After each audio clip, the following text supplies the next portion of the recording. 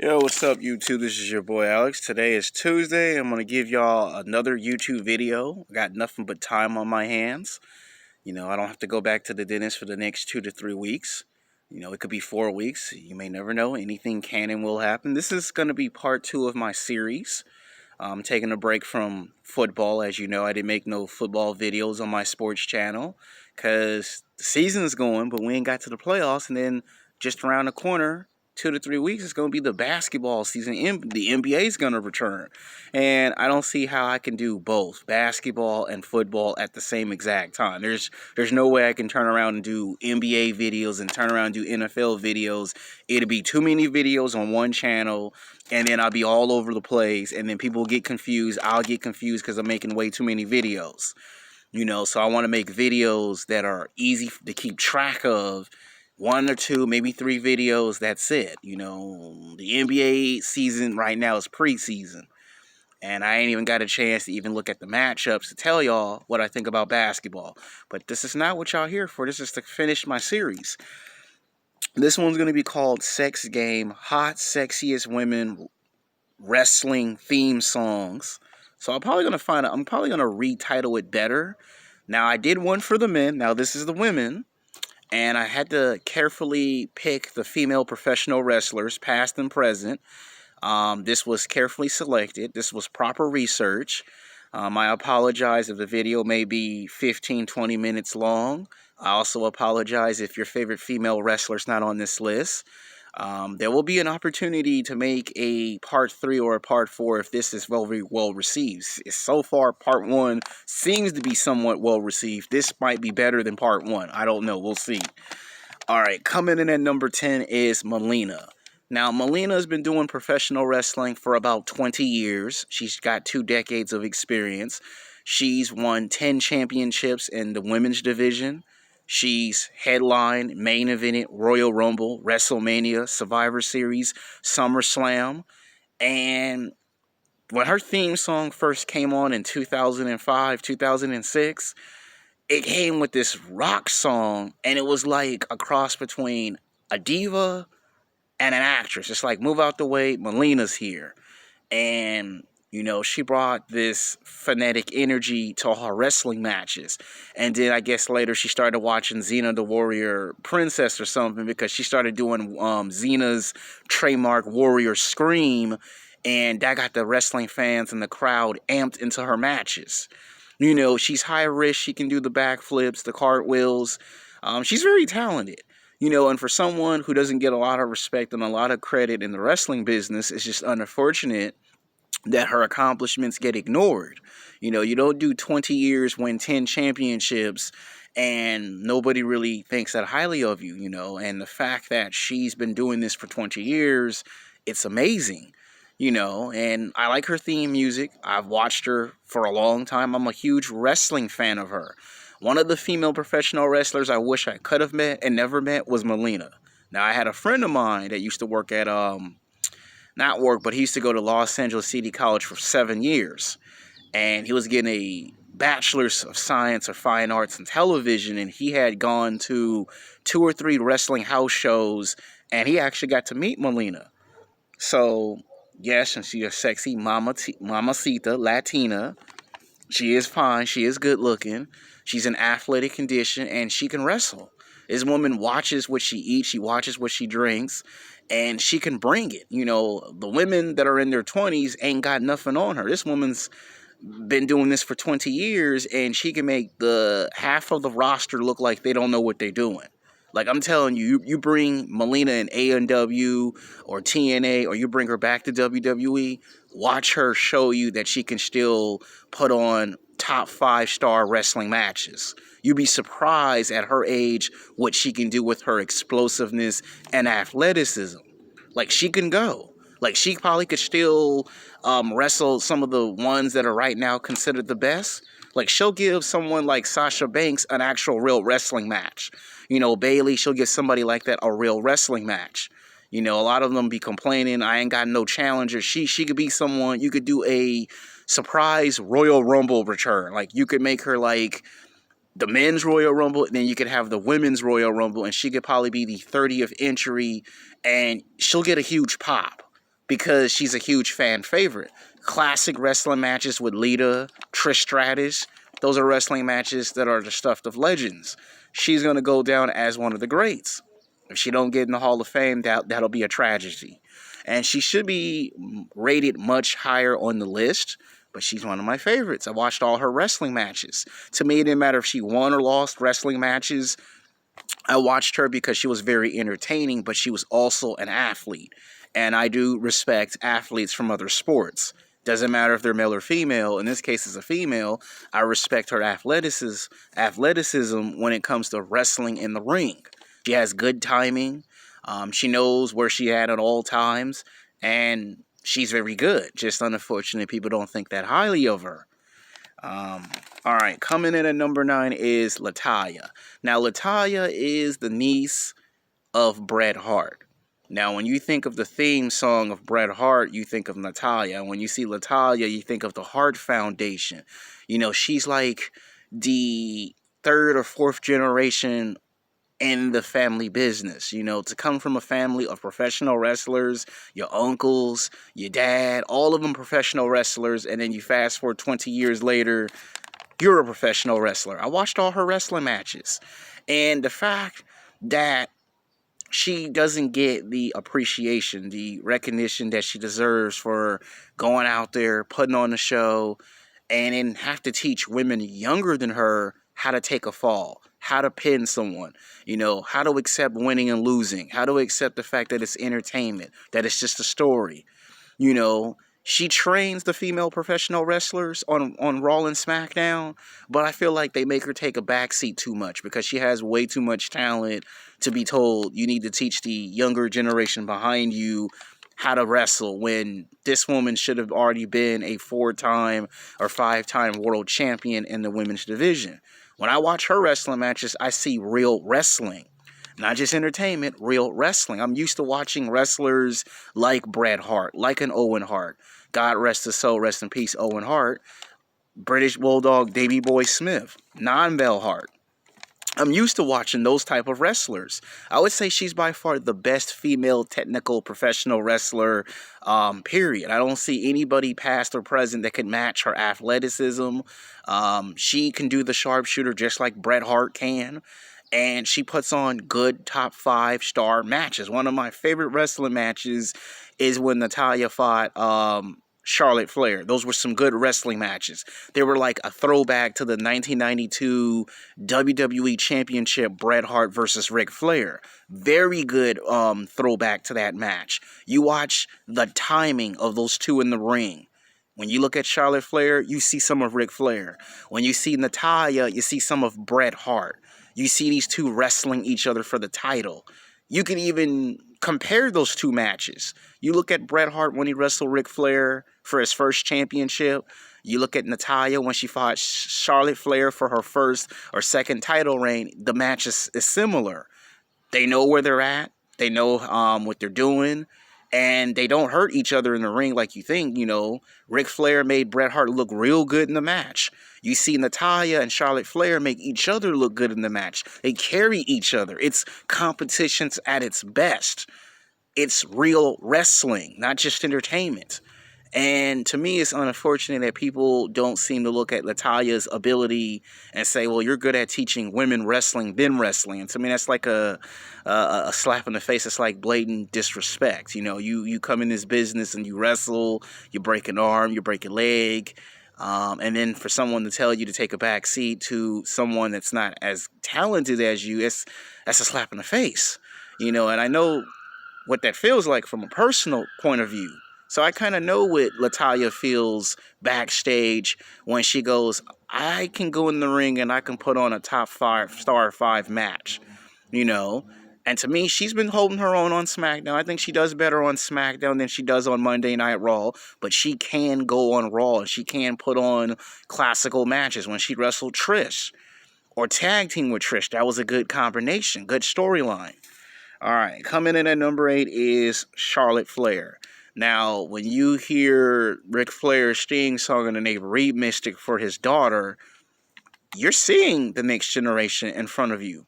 This is greatness. You know, not too many kids or grandkids can come into a family business like professional wrestling or any sport, basketball, football, and become great. This woman's won 4 championships. And the fact that she would go back and forth between Raw, SmackDown, NXT, that's hard to do that. She's won all 3 championships on all 3 shows. You know how difficult that is to do? She's doing something that her father did in his prime. Ric Flair had did that when he was wrestling in the 80s and the 90s. I remember it like I was a kid. Ric Flair was the WCW heavyweight champion on one show, and then when he would go overseas and wrestle in Japan and Canada, Ric Flair would win another championship belt and would have 2 belts at the same time. When he had the 4 Horsemen, and you look at Charlotte Flair, I think that would be the next thing you could do with her character is create a woman's version of the 4 Horsemen, where it could just be Charlotte Flair, Natalya, and then you could pick 2 other girls, and it would be like a callback to Ric Flair and the 4 Horsemen. That would be like very interesting. Like if you can do D-Generation X, the NWO, that'll get fans more invested in the character of Charlotte Flair. Her theme song, when you think of the theme song, you think of Ric Flair. When Ric Flair be saying, "I'm the nature boy," and the way she dance and do her little dance in the ring, it's Ric Flair. And to me, she's another talented wrestler that don't get enough respect and enough credit. I mean, she's tall, she's athletic, she's good looking, she's sexy, she's hot. And to me, she's going to go down in history as the greatest and probably end up in the Hall of Fame. You know, when it's all said and done, she might win maybe 7 or 8 championships. Who knows? All right, coming in at number 7 is Trish Stratus. Now, she's one of my favorite female professional wrestlers from Canada. Looks like Pamela Anderson, which she's been told that 15, 20 times. She's won 8 championships. She wrestled for 10 years. She's in the Hall of Fame.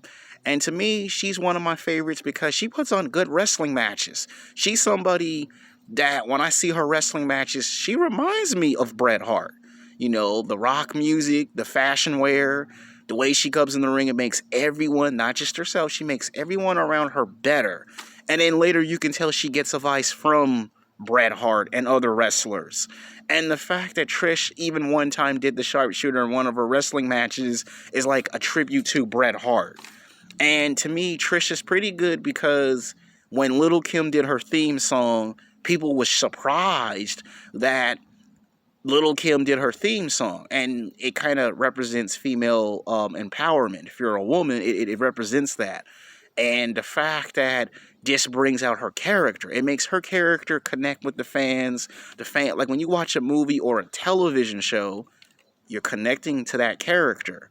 Like, the reason why I like Dragon Ball Z so much is because of the music. Every time they bring in a character, Goku, Vegeta, they have a theme song that collaborates that character. When you watch wrestling and you see the theme songs, part of the big success of that character is the music. Music gets you invested in the character. It brings out the passion, the emotion of that character. And you can see that with Trish's matches. All right, coming in at number 6 is Lita. If Matt and Jeff Hardy are the Hardy Boys, Lita is the Hardy Girl. You know, she is extreme, the rock music, she's over the top, energetic. And the fact that this woman is talented, won 6 championships, wrestled for 12 years. She was going to make a nice little return back to the WWE. Unfortunately, that got put on postponement. But I could see her pop up at a Royal Rumble, a WrestleMania, team up with Trish, team up with anyone on the women's roster and put on a good match.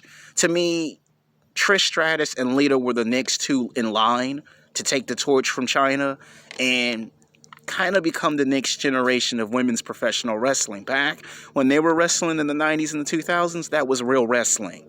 You know, I'm not saying that what we see today is not real wrestling from the women. What I'm saying is, when Lita came, you knew it was real. This woman didn't care if she got hurt in her matches. This woman would wrestle hurt. Most people get told, no, you need to stay home for 6 months, 9 months. She wrestled injured. And you can tell that I gave her the nickname Hardy Girl because when she was with the Hardy Boys, she had fun. So, gotta have her on the list. It would be a crime not to have her on the list. Coming in at number 5 is Nia Jax. Now, Nia Jax's theme song kind of tells the story of somebody that wants to be on the trail of success, but is not afraid to do what is necessary to be successful. Well, I've told you guys before in plenty of my YouTube videos, I find Nia Jax very physically, sexually attractive. Some people will say, man, she BBW. Okay, so what? She BBW. At least she's exotic. She looks good. You know, she wrestles. The only thing with Nia Jax is I would like for her to be a 3-time, 4-time women's world champion. You know, she's been wrestling for 10, 11 years now. And a lot of people give her a hard time in and out of the ring. I know something about that personally, but she's one of my top favorites. The only time I watch wrestling is if she's wrestling and winning matches. You know, I don't like when they be cheating her out of matches and cheating her out of championship titles, but her theme songs is off the chain.